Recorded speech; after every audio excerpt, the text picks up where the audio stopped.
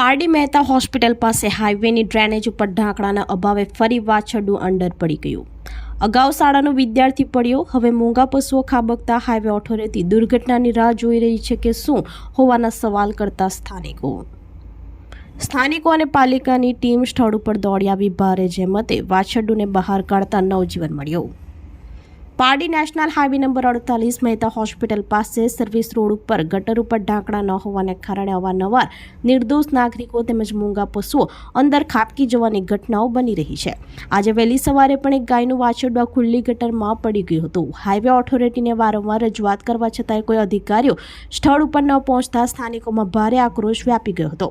ઘટનાની વિગત મુજબ પારડી મહેતા હોસ્પિટલ પાસે સર્વિસ રોડ ઉપર ખુલ્લી ગટરમાં સવારે વાછરડું પડી જતા સ્થાનિક લોકો એકઠા થઈ ગયા હતા।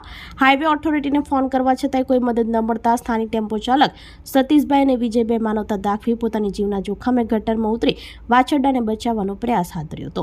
ઘટનાની જાણ થતાં જ પારડી નગરપાલિકાની ટીમ પણ સ્થળ ઉપર પહોંચી હતી અને જેસીબી મશીન વગેરેની મદદથી રેસ્ક્યુ ઓપરેશન શરૂ કર્યું હતું। ગટર ઊંડી અને લાંબી હોવાને કારણે વાછરડું ગભરાઈને વધુ અંદર સરકી ગયું હતું, જેથી તેને બહાર કાઢવામાં ભારે જહેમત ઉઠાવવી પડી હતી।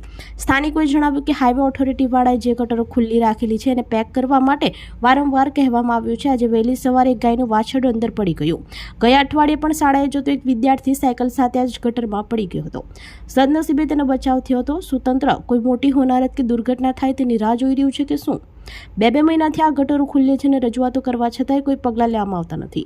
તંત્ર દ્વારા હજુ સુધી કોઈ કાયમી ઉકેલ લાવવામાં ન આવતા કરોડોનો ટોલ ટેક્સ વસૂલતી હાઈવે ઓથોરિટી આંખ આડા કાન કરતા લોકોમાં ભારે આક્રોશ વ્યાપી જવા પામ્યો છે। સ્થાનિક લોકોએ માંગ કરી છે કે તંત્ર તાત્કાલિક ધોરણે આ ખુલ્લી ગટરો પર ઢાંકણા બંધ કરે, જેથી ભવિષ્યમાં કોઈ મોટી દુર્ઘટના ન સર્જાય। હવે જોવાનું એ રહેશે કે તંત્ર ક્યારે જાગશે અને ખુલ્લી ગટરો પર ઢાંકણા ક્યારે મૂકવામાં આવશે। ઘટનામાં આજે હાઈવે ઓથોરિટી વાળાએ જે ગટરો ખુલ્લી રાખેલી છે એને પેક કરવા માટે વારંવાર કહેવામાં આવ્યું છે। તો આજે સવારે વહેલા એક ગાયનું વાછરડું અંદર પડી ગયું છે। એવી જ ઘટના એક ગયા અઠવાડિયે બનેલી હતી કે જેમાં એક શાળાનો વિદ્યાર્થી સાયકલ લઈને જતો હતો અને ગટરમાં પડી ગયો હતો અને એનું નસીબ સારું હતું કે વધારે એને લાગેલું નહીં હતું। તો શું પ્રશાસન કોઈ મોટી દુર્ઘટના થાય તેની રાહ જોઈ રહ્યું છે? આજે 2 મહિના થઈ ગયા। આજે આ ગટર એમને એમ ખુલ્લી છે। જયારે બી કહીએ એમને કે ક્યારે બંધ કરી જવાના, તો એક જ વસ્તુ કે આજે બપોર પછી બંધ કરી જવાના છીએ।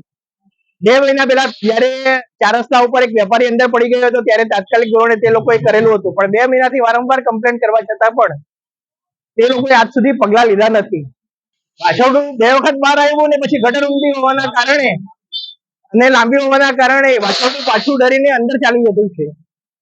પ્રશાસનને વિનંતી કે તાત્કાલિક આજે ને આજે જ જો એ વાછરડું કાઢીને ગટર પુરાય એવો પ્રયત્ન કરે તો વધારે સારું।